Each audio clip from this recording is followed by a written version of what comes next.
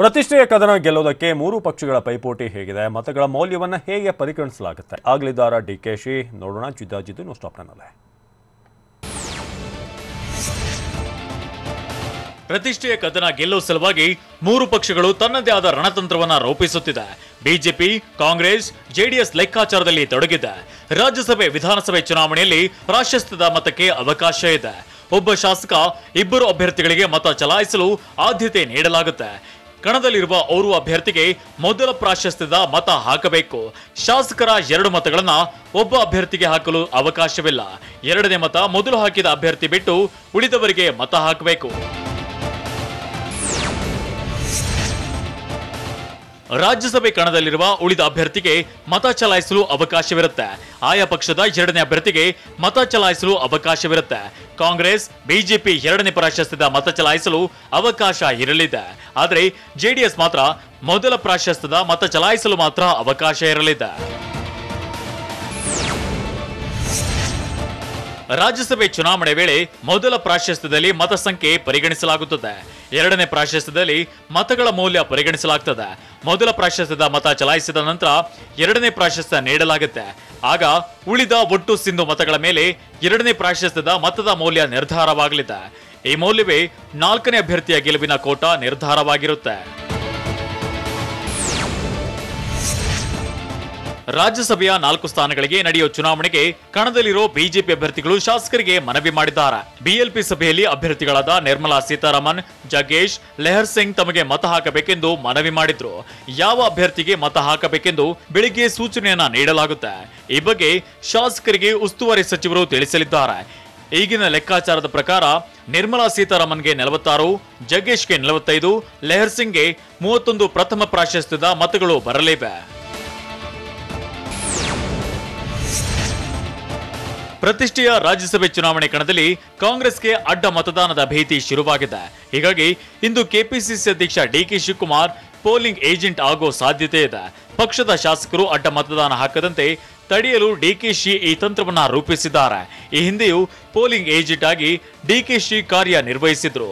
ಆ ವೇಳೆ H D Revanna ಜೊತೆ ಜಟಾಪಟಿ ನಡೆದಿತ್ತು.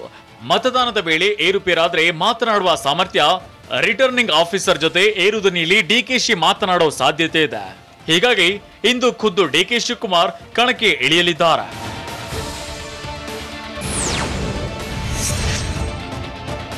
ರಾಜ್ಯಸಭೆಯಲ್ಲಿ ಬಿಜೆಪಿಯಿಂದ ಅಚ್ಚರಿಯ ಟಿಕೆಟ್ ಪಡೆದಿರೋ ನಟ ಜಗ್ಗೇಶ್ಗೆ 59 ವರ್ಷವಾಗಿದ್ದು 1980ರಲ್ಲಿ ಕನ್ನಡ ಚಿತ್ರರಂಗಕ್ಕೆ ಪ್ರವೇಶಿಸಿದ್ರು.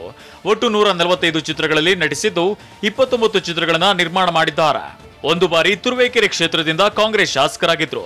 ನಂತರ ಶಾಸಕ ಸ್ಥಾನಕ್ಕೆ ರಾಜೀನಾಮೆ ನೀಡಿ ಆಪರೇಷನ್ ಕಮಲದ ಮೂಲಕ ಬಿಜೆಪಿ ಸೇರ್ಪಡೆಗೊಂಡಿದ್ರು.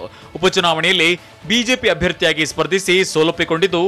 ಒಂದು ಬಾರಿ ಬಿಜೆಪಿಯಿಂದ ವಿಧಾನ ಪರಿಷತ್ ಸದಸ್ಯರಾಗಿ ಹಾಗೂ ಬಿಜೆಪಿ ರಾಜ್ಯ ವಕ್ತಾರರಾಗಿ ಕಾರ್ಯನಿರ್ವಹಿಸಿದ್ದಾರೆ. ಗಂಗಡ್ಕರ್ ಒಕ್ಕಲಿಗನಾಗಿರೋ ಜಗ್ಗೇಶ್ ಬಿಎಸ್ಸಿ ಓದಿದ್ದಾರೆ.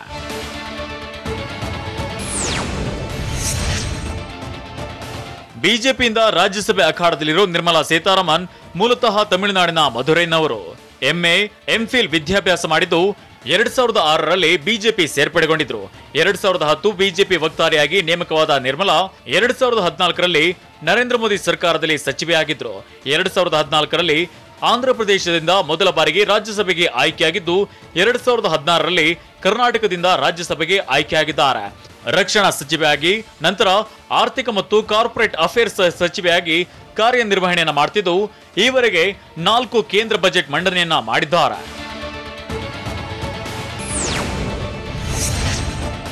ಬಿಜೆಪಿಯಿಂದ 3ನೇ ಅಭ್ಯರ್ಥಿಯಾಗಿರೋ ಲೆಹರ್ ಸಿಂಗ್ ಸಿರೋಯಾಗೆ 73 ವರ್ಷವಾಗಿದ್ದು ಜೈನ್ ಸಮುದಾಯಕ್ಕೆ ಸೇರಿದವರಾಗಿದ್ದಾರೆ. 2 ಬಾರಿ ವಿಧಾನ ಪರಿಷತ್ ಸದಸ್ಯರಾಗಿದ್ದು ರಾಜಕಾರಣಿ ಮತ್ತು ಉದ್ಯಮಿಯಾಗಿದ್ದಾರೆ. ಮಾಜಿ ಸಿಎಂ ಬಿಎಸ್ ಯಡಿಯೂರಪ್ಪ ಆಪ್ತ ಬಳಗದ ಸದಸ್ಯರಾಗಿದ್ದು ಮಾಜಿ ಉಪ ಪ್ರಧಾನಿ ಎಲ್.ಕೆ. ಅಡ್ವಾಣಿ ಟೀಕಿಸಿದ್ದಕ್ಕೆ 1 ಬಾರಿ ಬಿಜೆಪಿಯಿಂದ ಅಮಾನತುಗೊಂಡಿದ್ರು. ರಾಜ್ಯ ಬಿಜೆಪಿ ಖಜಾಂಚಿಯಾಗಿಯೂ ದೀರ್ಘಕಾಲ ಕಾರ್ಯನಿರ್ವಹಣೆ ಮಾಡಿದ್ದಾರೆ.